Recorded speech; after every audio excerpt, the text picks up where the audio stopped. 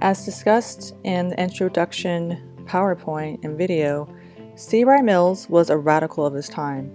He published a lot of materials regarding all social phenomenon in the 1950s and 60s. And this is a time when there was an idea of stability and also to stop political unrest. And so he was a radical. And that's why I love this picture of him on a motorcycle. He also coined the term sociological imagination. And in this course, you will grow in your sociological imagination. And this means looking at the world through another person's perspective, another group's perspective, and understanding the context of why they think and behave in ways that they do.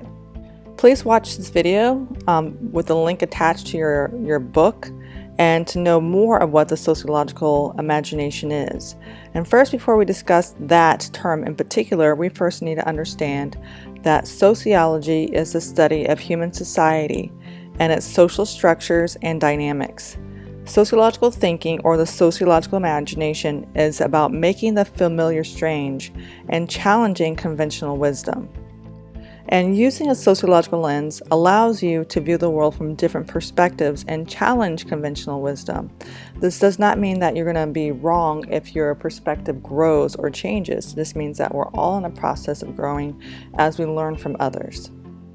Following the example given in the paradox animation, come up with some examples of commonly held beliefs about families and family structure in your community or culture. How might those beliefs be different in other cultures? So what is sociology? Briefly, sociology is the study of human society. And society is a very broad field. So while sociologists are interested in society at large, many sociologists study just a small segment of society. Some examples of subfields within the discipline include sociology of sports, religion, music, medicine, pop culture, and so on. If you're interested in seeing more examples, you can visit www.asanet.org for the American Sociological Association's website and look at their chapters. They will get an idea of the kinds of things that interest contemporary sociologists. So what is sociology broadly? Sociology is the systematic study of human behavior and social context. And context is so important. So what's going on politically, economically, socially within the culture to understand how groups of people navigate these institutions. What we understand from sociology is that the social context of the organization of the social world opens up some opportunities but also constrains our freedom. And depending on where you are on a pyramid or a social hierarchy of power will allow you to have more or less opportunity. So it's about the position people hold when we talk about institutional inequalities, not the individual themselves. So for instance, in terms of sex, male or female, we know in our society we're a patriarchal society. So that means typically men, we're only looking at men at sex alone, men have more power than women. So again, the sociological perspective stresses the social context in which people live. And it uses this context to understand how people navigate their lives. At the center of the sociological perspective is the question of how groups influence people, and especially how people are influenced by their society. A society is a group of people who share a common culture and territory. So let's talk about what sociology can do, or the power of sociology.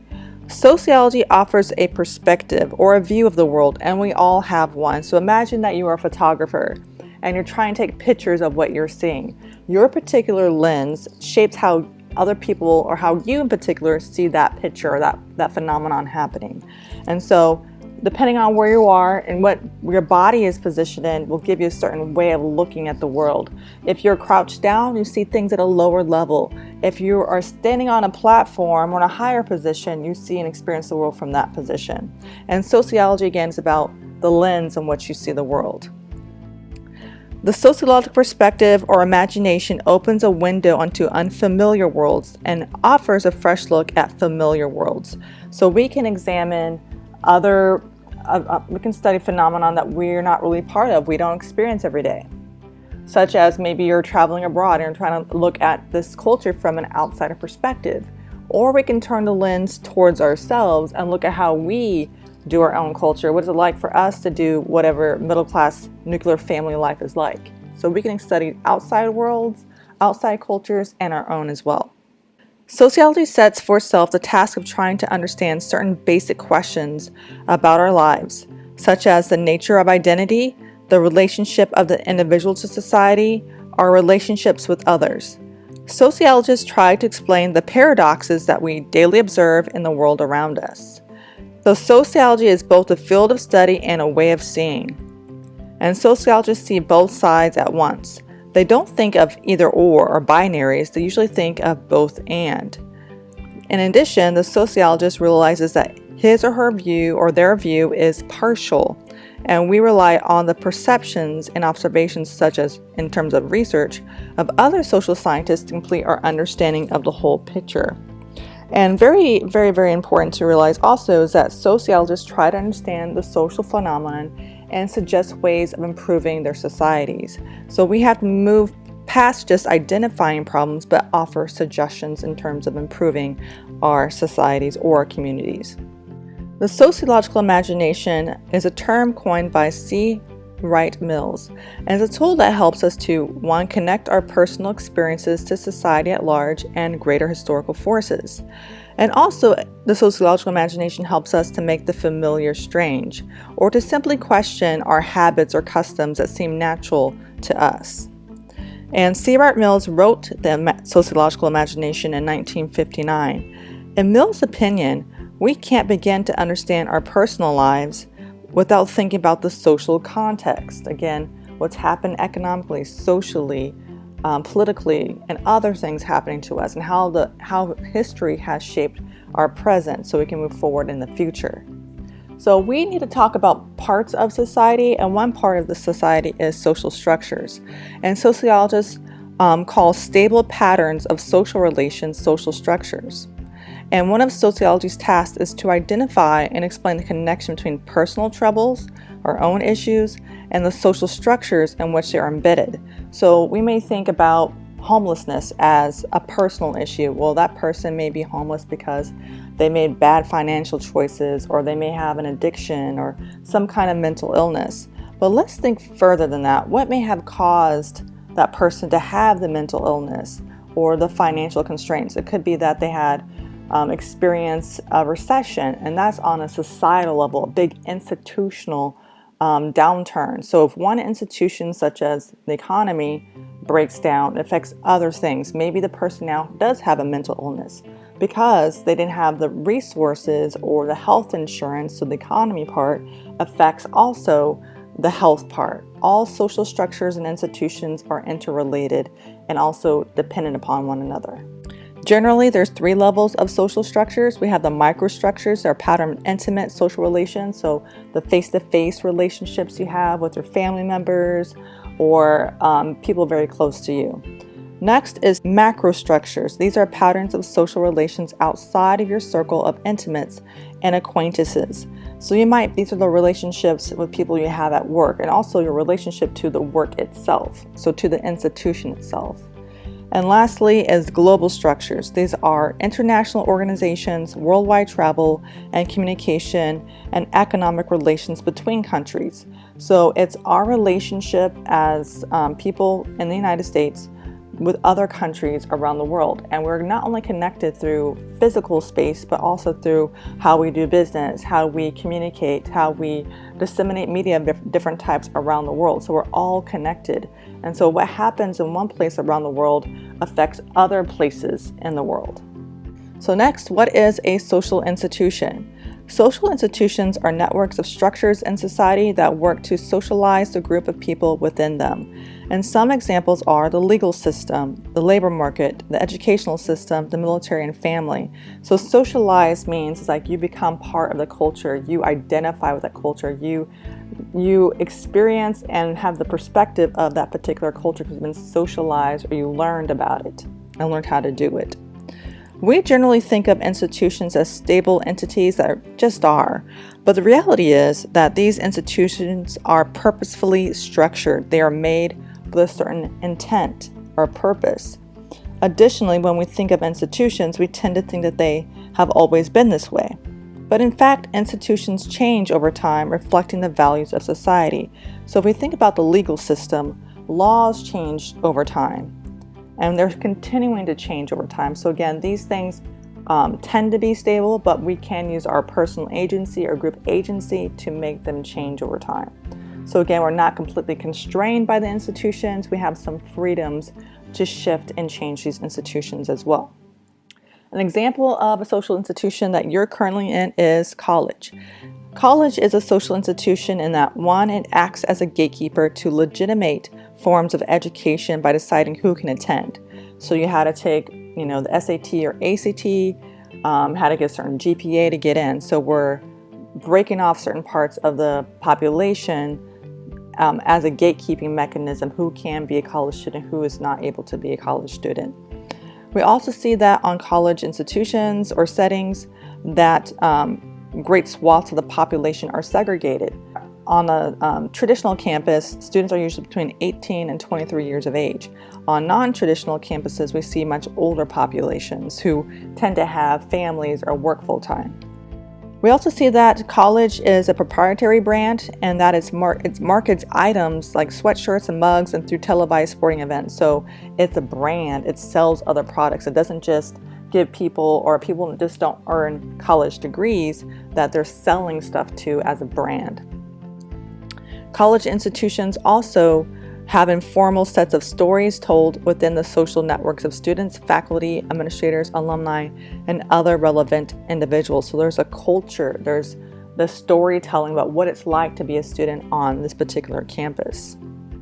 So also, other than informal ties of people who have relationships to the grand narrative of a particular college, a number of social structures exist that keep colleges established as social institutions. So also working with this education as an institution, we see the legal system, we see the primary and secondary educational systems, the testing services like the ACT, the wage labor market, and even the English language as institutions that function to keep this particular institution, the college, upheld. We also need to talk about something on the micro level, the social identity. Social identity is the way individuals define themselves in relation to groups they are part of, or in relation to groups that they're not part of. The different groups that you belong to help you tell others about your identity.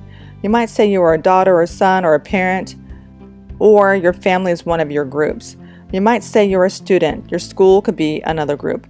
You might also identify yourself by saying which groups you're not in. You're not a college dropout, for instance. So now let's take a break and talk about the history of sociology. First, we're going to talk about philosophers and how philosophy grew into sociology. First, sociology is a relatively new field of academic study. Much of the early work in sociology was done as recently as the 19th century. And so we're going to talk about first a philosopher, Auguste Comte. And he said that the best way to understand society is by determining the logic or scientific laws governing human behavior, called social physics or positivism. So we try to understand society very similar to a science, like there's natural laws to how people navigate and govern their lives. Harriet Martineau was the first person to translate Comte's written works into English, and was one of the earliest feminists in social sciences. Next, Karl Marx. He proposed a theory of historical materialism, which identifies class conflict as a primary cause of social change. So for him, the economy was the base of all social phenomenon. So the root of everything, the problems and the solutions, are all based in the economy. Next, Max Weber.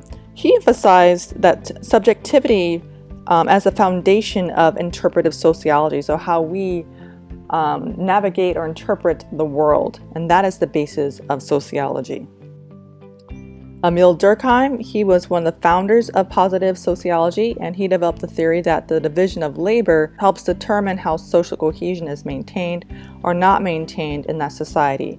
So diversity, especially in labor, helps our society stay unified. Since we cannot all do everything for ourselves, such as grow our own foods or teach our own kids or be our own doctors, We need other people to do these jobs, and these people help our society stay unified.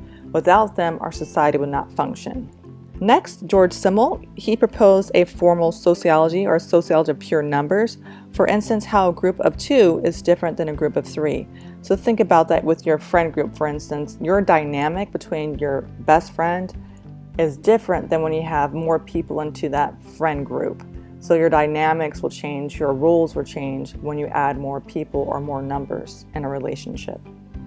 So now we're going to talk about theories, and we're going to focus on just 3 main theories in this course.